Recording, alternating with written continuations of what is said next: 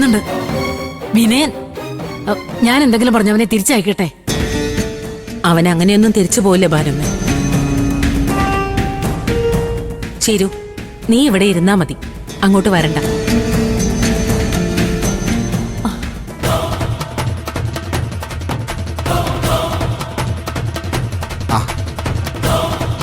അനു, ചീരു എവിടെ? ചീരു? ഏത് ചീരു? ഇതെന്ത് ചോദ്യാനു? എന്റെ ഭാര്യ ചീരു ചിലങ്ക. അതിന് നിന്റെ ഭാര്യയെ നീ ഇവിടെ കൊണ്ടുവന്ന് വിട്ടോ? ഇല്ലല്ലോ. അപ്പൊ പിന്നെ ഇവിടെ വന്ന് ചോദിക്കേണ്ട യാതൊരു കാര്യവും. ഇങ്ങനെയൊക്കെ പറഞ്ഞാ എന്താനു ചെയ്യാ? ചീരു ഇവിടെ ഉണ്ടെന്ന് ഇന്നലെ രാത്രി സത്യനും ഇന്ദ്രനും വീട്ടിൽ വന്നപ്പോ പറഞ്ഞല്ലോ. അത് നിങ്ങളുടെ ഭാര്യയായിരുന്ന ചീരു അല്ല. അവൾ ഇന്നലെ രാത്രി മരിച്ചു. അങ്ങനെയൊന്നും നീ മരിച്ചു പോവില്ല ചീരു. നിന്റെ 2 കുഞ്ഞുങ്ങൾ എന്റെ വീട്ടിലുണ്ട്. ഇനിയൊന്ന് നിന്റെ വയറ്റിലും ഉണ്ട്.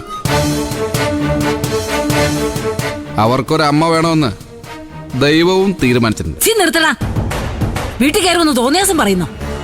സ്വന്തം കുഞ്ഞുങ്ങളെ തരംതിരിച്ച് പറയുന്ന നീ ഒരാണാണോടാ? ചീരുവിനെ ദൈവം ആയുസ് കൊടുത്തിട്ടുണ്ടെങ്കിൽ അവൾക്കും കുഞ്ഞുങ്ങൾക്കും ജീവിക്കാനുള്ള മാർഗം ദൈവം കാട്ടിക്കൊടുക്കും. നിന്നെപ്പോലെ ഒരു ഭർത്താവിനെ അവൾക്ക് ആവശ്യമില്ല. അത് നിങ്ങളാണോ തള്ളേ തീരുമാനിക്കുന്നത്? ഇത് ഞങ്ങളുടെ കുടുംബകാര്യ. പുറത്തുനിന്ന് ആരും ഇടപെടണ്ട. ഇടപെട്ടാ നീ എന്ത് ചെയ്യൂടാ? മൂക്കിയെ വലിച്ചു കയറ്റുവോ? പാവപ്പെട്ട പെമ്പിള്ളേരെ കെട്ടിക്കൊണ്ടുപോയി കഷ്ടപ്പെടുത്തുന്ന നിന്നെയൊക്കെ ചൂലിനടിക്കാൻ എന്നെ പോലെയുള്ള തള്ളമാരില്ലാത്തതുകൊണ്ടാ നീയൊക്കെ ഇങ്ങനെ കിടന്ന് ദെളിക്കുന്നേ. വിനയ, വേണ്ട. ഭാനുമ്മ ഞങ്ങളുടെ അമ്മയാ.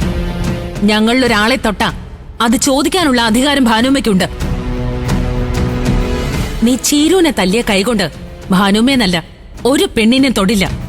തൊട്ടല കൈ വെട്ടുന്നത് ഒരു പെണ്ണ് തന്നെ ആയിരിക്കും.